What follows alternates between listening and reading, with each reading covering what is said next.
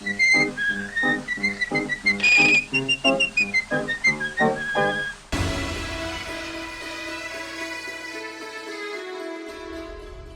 doesn't love a good alternate logo? Maybe some of you missed Toothless flying behind the logo, so here it is now. This opening sequence would still make perfect sense even if you took out the narration, but even apart from establishing so much of both Hiccup and the Viking culture offhand, it serves to make the opening scene fully alongside exhilarating, but in an organic way. In short, the verbal humour is done really well. You can tell the directors of Lilo and Stitch made this. Morning! This guy seems remarkably unconcerned about the embers in his beard. I've been his apprentice ever since I was little.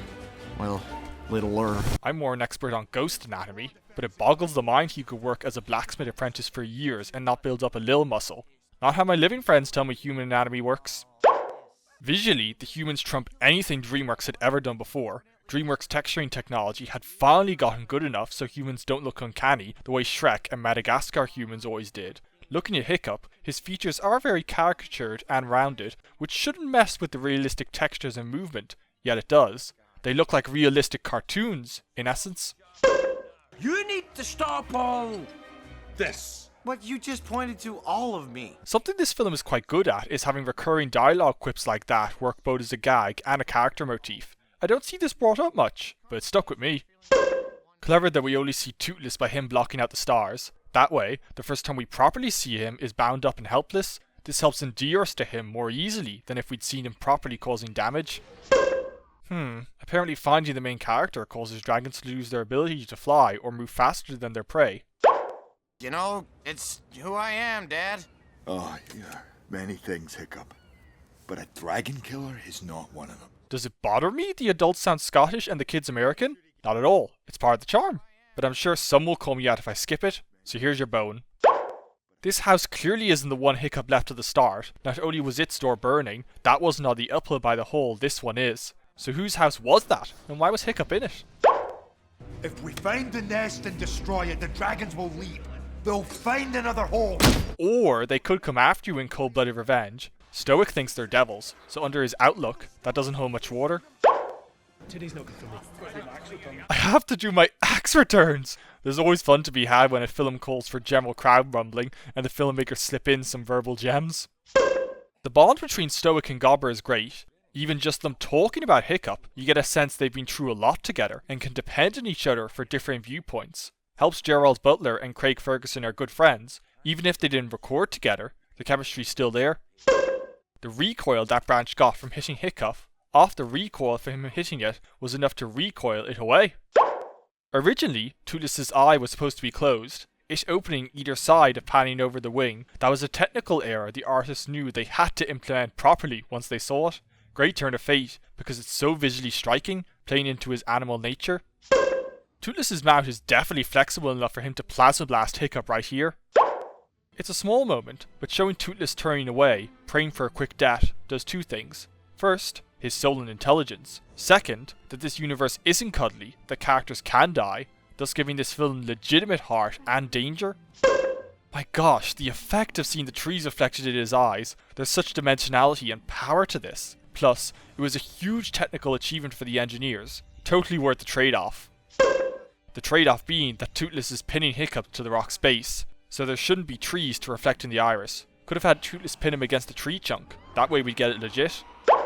Because Hiccup and Toothless are so great, it can be easy to overlook other aspects. One area that the Strawn script really benefits is Stoic and Hiccup.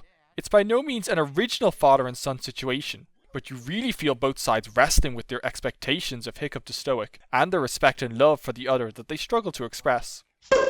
Hiccup appears behind the others in a comedic reveal, which is well done in terms of camera movement hiding him, except he wasn't there during the rotating pan when the others entered. He couldn't have entered in between shots, the entrance gate is closed.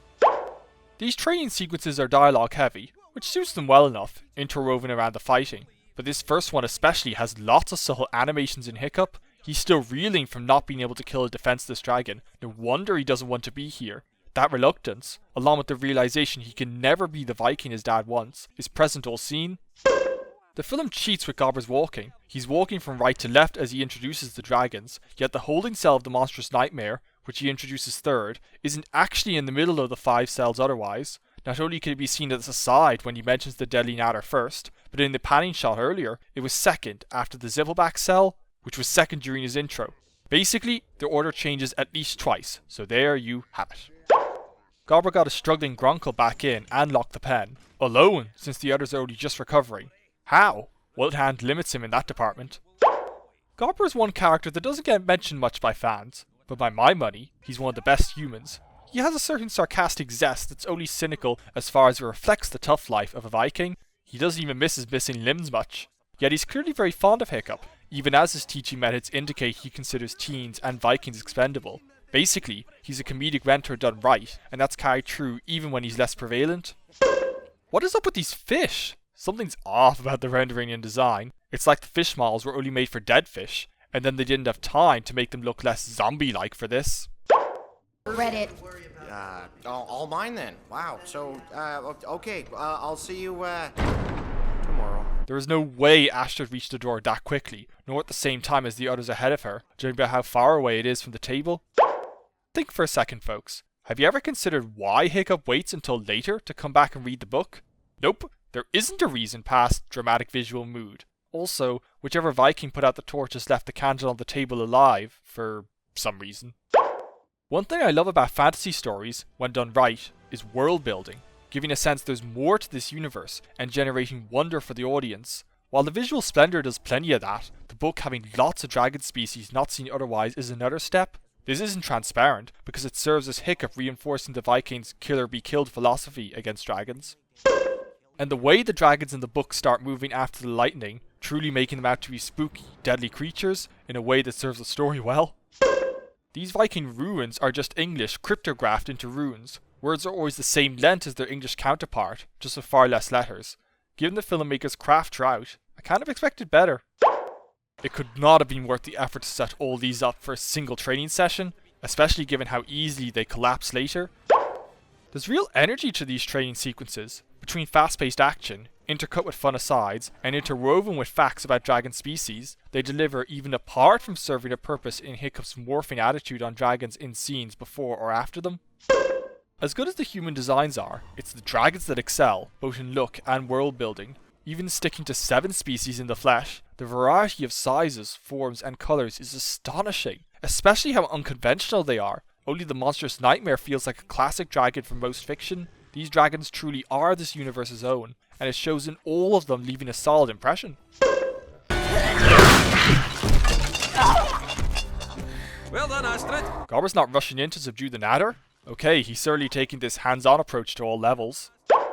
Snotlad and Fishleg should not be behind Astrid, given they and the twins were huddling for shelter behind Hiccup. They just appear between shots and everything. Hiccup could try, kicking it. Human leg strength is often stronger than arm strength, so humans tell me. This whole moment of Toothless returning the leftovers to Hiccup and prompting him to eat it is too cute and adorable, and I don't even own a cat. I wonder if there's a ghost cat adoption society. Because this scene has no dialogue for almost 4 minutes, it's on the animation to develop what's happening, and my gosh, does it ever? There's the motif of Hiccup learning how to approach a dragon, as well as Toothless's curiosity and copying him, both the grin and the sand drawing. Then there's little details, like Hiccup averting looking here, but continuing to draw, realizing that's what's caught the dragon's attention, so he should keep at it. Even better is when Toothless copies him. He looks back to observe Hiccup and get a detail right, and when he does, Hiccup quickly averts his gaze, having learned he can't yet look at Toothless directly. When you get down to it, animation and cinema are the accumulation of lots of details, and this scene demonstrates that perfectly. If I were a CG character animation teacher, I'd use this as an example in my lectures for sure.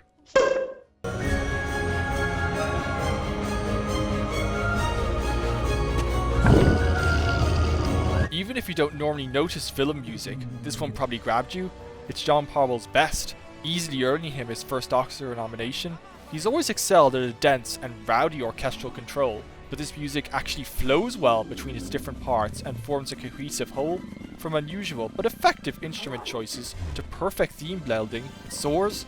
And this Forbidden Friendship cue, it accomplishes the task of telling us not only how to feel, but also what is happening. Like Toothless, the music's a real gem. I still have it in my mix of film music I listen to regularly. All the dragon designs excel, but Toothless most of all. Just changing the direction of his ear fins, the slant of his eyes, and the size of his pupils can do so much. He hits the balance of being lovable enough to care about, but also deadly enough to be this powerful creature. Plus, in his own cat-influenced ways, he's so darn adorable. That little nudge of hesitation before his trust, that also originated as a technical error while the animator was working on this shot, and the directors loved it. Brilliant decision, because having Toothless mirror Hiccup's hesitation, and then the leap of trust, is just mesmerizing. He took my hand and swallowed it whole, and I saw the look in his face. I was delicious. I'll avenge your beautiful hand and your beautiful foot. He called them delicious, Snotlout, not beautiful. And that is not a term you'd attach to Gobber's lips of your own accord. Strictly speaking, we don't need to see Hiccup making the tail fin, but it adds so much to their flight later. Animation today is so story and plot driven that it often loses the value of snippets like this that serve the film in a more abstract way, something the sequel builds upon tremendously. Watch the basket tipping over. I hope you're hungry. You're hungry. Hungry. The animation seems to jump forward a few frames, or get jerkier. Yeah, I don't know either. It appears Toothless was so ecstatic to take off after being grounded, he uprooted the fish basket straight out of existence. Our first flying scene. Short, informative in progressing the plot, and gets us juicy for more. Tough nut, my friends. Subscribe to the Looney Tunes school of getting an object from nowhere. He's even putting it back on later and everything. Hiccup throwing the eel in is just asking to be caught. Even if no one saw it, they'll notice it next time the zipperback is let out. This film's chock full of great sequences, but even then, the training montage stands out, portraying a progressive music cue that makes great use of the strange but effective choice of Scottish instrumentation, smooth transitions, progression in the training in and out of the arena, and more dragon habit learning. It just soars.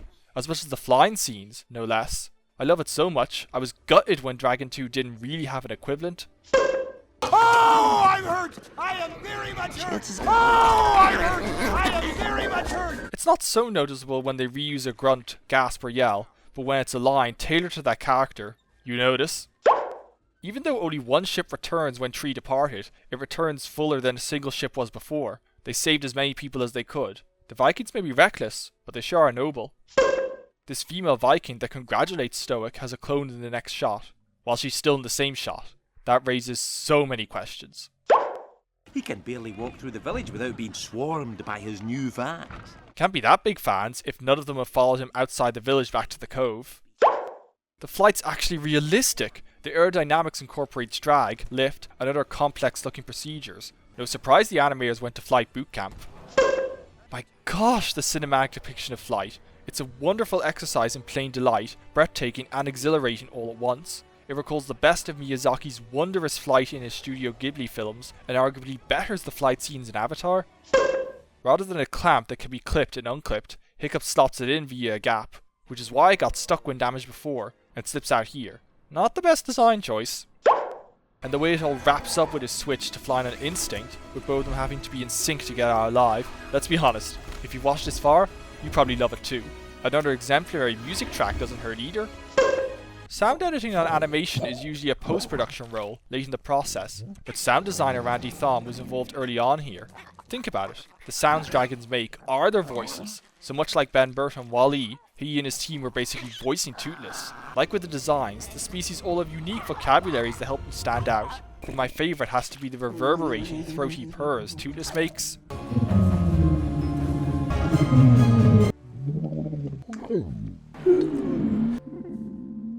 It's cat-like, but made sufficiently reptilian that it sells. Plus, they're as adorable as Toothless himself. Adorable terrible terror curling up to be petted is adorable. I wonder if dragon ghosts are a thing. Hiccup leaving his dragon sketches in the shop is just asking for trouble, even if they're only out here because he's alone. Let's talk about that dragon. Given Stoic revealed he's just having a laugh moments later, that's way too specific a word choice. What's he referring to? One of the training dragons? Doesn't make sense if you stop and think about it. Jay Baruchel fits Hiccup better than you'd reckon. He has this kind of shrill whine that suits the character perfectly, as written and animated, but he carries the sincere moments too. Point being, he was very well cast here. Many of the Stoic and Hiccup scenes have no music, even omitting some that was recorded for it. It works, emphasizing the awkwardness while letting their attempts to connect ring truer. Your mother would have wanted you to have it. It's half of her breastplate. Matching set. Take a good look at the sizes of the two helmets.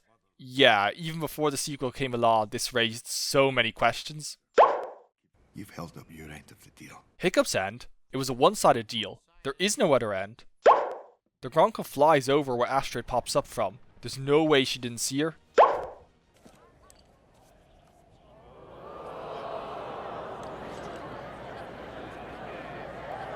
Gobber should not be surprised that Hiccup's chosen, given how much he acclaimed his performance to Stoic before.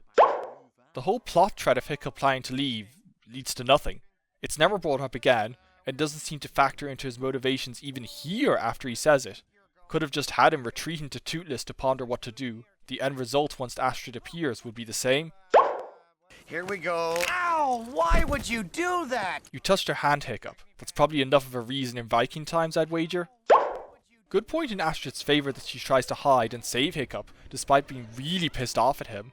Up till now, Astrid hasn't been a notable strength, so touches like that help her justify jealousy be less of a problem. That, and her not treating him badly like the others until he gets in her way and unintentionally shows her up. Toothless's power over props is increased. He got rid of that axe without even taking off. Is Astrid a ghost too?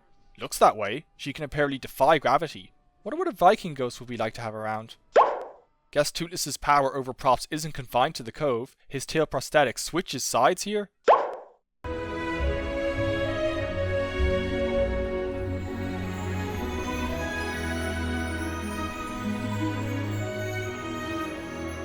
At the orchestra's first playing of the romantic flight cue, when it was done, the orchestra broke out in applause.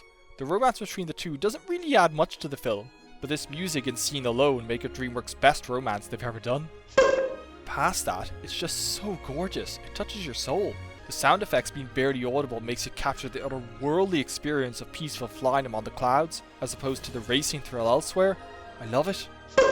Right after the romantic flight, they get to the nest far quicker than the sea voyages to it would suggest. The little Gronkel failing to bring anything but a tiny fish, and getting eaten as punishment, is such a cute and funny moment.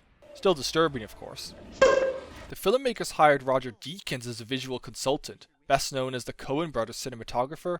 This pays off much as the same decision did on WALL-E, as much thought is put into the cinematography as in a live action film, but with the advantage of animation allowing for physically implausible shots to feel right. Between lighting, camera placement, and so on, it only serves to make the world that much more immersive. And my gosh, the lighting! This is one of the first animated films where I really noticed the effect dramatic lighting could have. Beyond being beautiful, even things like Astrid being cast in shadow from behind here left me spellbound. DreamWorks' approach to lighting and colour from Kung Fu Panda onwards is something I unabashedly adore. If someone had told me that in a few short weeks, Hiccup would go to placing first in dragon training, well, I would have tied him to a mast and shipped him off for feeding gone mad! And these Vikings were so progressive too. That's not how you treat the mentally impaired. The monstrous nightmare tries to escape at first, rather than just fighting immediately like caged monsters usually do. Great moment of humanity, well, dragonity, showing even it's not a monster, given all we saw before was one pursuing Hiccup. They're being oppressed too, after all. Stoic can't be seen coming down the ramp even though he's doing so next shot, and had already started doing so. Fast editing and shaky camera movement do a good job of making this scene and dragon seem dangerous in a way no others so far have. Making Hiccup's death a real possibility is crucial for its purpose.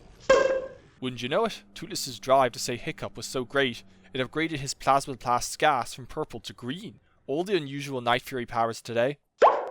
It's not what you think. You don't know what you're up against. It's like nothing you've ever seen. That's an unnecessarily vague warning when there's a giant dragon the size of the whole village would have done.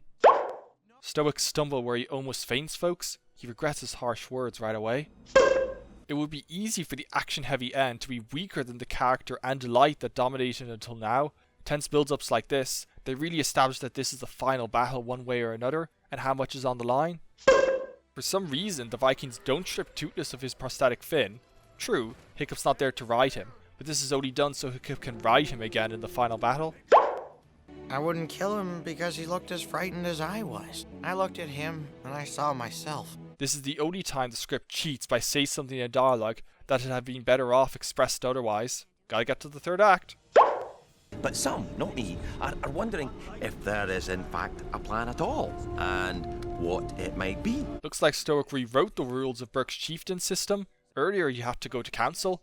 Now you can lead them into battle without even briefing them, let alone seeking counsel. Using Toothless as a compass to find the nest is smart, but how did they plan to get out afterwards? Kind of a one-way compass? She convinced them pretty easily. They don't really have reason to trust dragons the way Astrid does. This beach landing originally had ominous score that echoed the music from the dragon book scene. However, removing it and allowing the ambient dragon humming to dominate instead serves it much better. It's not only quiet, talkative scenes where the lack of music serves well, and on a film with such fantastic music too. What's wrong with Fishleg's face here? I noticed this when the film was new too. You're gonna need something to help you hold on. Did they not wonder what he let the other dragons out for? They fitted all these catapults, disassembled, on the ships, alongside the sticks, weapons, shields, and all these Vikings, even with nearly 30 ships. Not happening. Because we only saw a few glances of its head earlier, the reveal of the Red Death still carries huge impact, as it should. This monstrosity mostly justifies the overlong final battle. Lead the men to the far side of the island. Lead the men, lead the men, lead the men. Burke's army isn't a sausage party. There are some females there. Stoic's not an unprogressive leader. Is there any explanation as to how the kids can have more control over the dragons than the Red Death? Sure, it's not mind control like the Alpha's next film, but there's some kind of hive mind order here. How did an upturned boat end up that far in from the beach? Still an overlong final battle though, mostly in the others stalling the Red Death and the near escape with Astrid later, both can be removed or merely alluded to. On that, there's a 90-second period where no one's stalling it, but it doesn't focus on the nearby Vikings like it had been before they arrived. A shorter length to the whole battle will make that stand out less. Apparently Stitch can time travel and change his skin, shape, voice, grow wings, and so on. I kid, I love it. If you want a lovable cute character, Stitch is one of the best templates around. Despite getting all action heavy on us, there's enough character bonding moments that the sequence never turns mindless. Toothless here is all business, but still has that bond with Hiccup, and the looks he and Hiccup share throughout the dogfight, especially here, where Toothless seems unsure of Hiccup's plan, but is sticking with him to the end.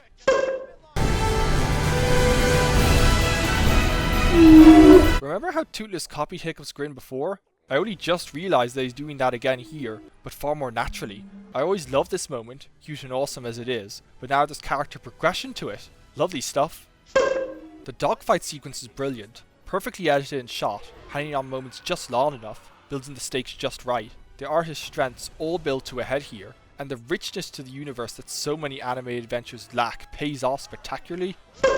Though it does hold back on blasting fire for a bit during their ascent. Fantasy worlds often have a because magic vibe to their rules, but so much in this film gets little flourishes that makes it feel physically tangible and scientifically accurate, even with the dragons themselves. Turns out, lighting a gas and sparking it is what creates their fire.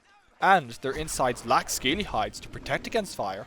Also, them blasting the Red Death's wings so they rip when it tries to parachute to break its fall. So much of this is done through minor hints. It makes for clever layering and a physically tangible believability to the world.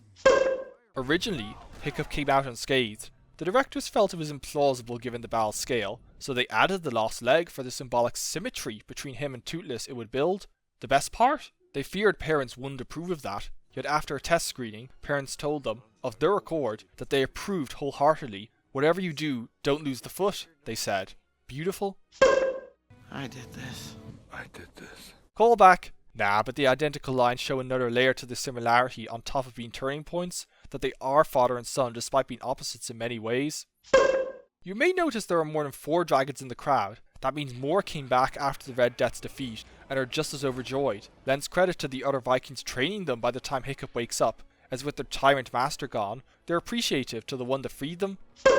Hiccup originally woke up alone, but when he saw the film, Steven Spielberg felt that his and Toothless's relationship, in the third act, had been reduced to that of a cowboy and his horse. Hence, Toothless being here for him, showing their relationship goes far deeper than that.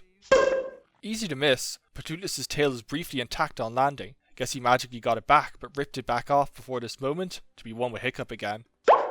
Hiccup also swings his feet from the wrong side. To judge from that, his body was curled back around behind him or something. Also, Hiccup learns to walk on that prosthetic pretty fast. Stoic just vanishes from the crowd when Toothless leaps out. It snows 9 months of the year and hails the other 3. Neither of which was seen at any point all film. I suppose it could be just symbolising the bleakness of Burke, but still. Love it when visual credits call back to an alternate art style elsewhere in the film, right down to the flickering candlelight effect, truly mirroring Hiccup reading the book earlier. Plus, it gives the artist the chance to show off more art that would otherwise be confined to the art of book. This truly is a marvel of animated filmmaking. Sweet and sincere, gorgeous and fun, gripping and thrilling. It takes a very stock story of an outsider boy befriending an animal and makes it work as well as the most twisty, clever plot. It's in no way original, but who cares when the results are this spectacular?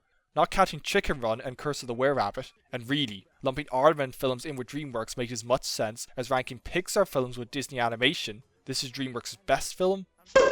Though the story's familiarity does work against it a little, just enough to prevent it from being a masterpiece. The other teens do serve a purpose in the training scenes and the climax, but their personalities are one note, they're mostly comic relief vehicles. And while their jokes aren't the kind of dated, terrible ones DreamWorks used to traffic in, they are still one of the weaker points, despite being enjoyable in small doses. And the animation again. Creatively designed humans and dragons, a great balance between caricature and realistic texturing, impressive cinematography, and so on. Even 9 years on, it barely shows its age, all the more impressive given an accelerated production schedule. -9. The filmmakers certainly knew how to train this film to greatness, am I right?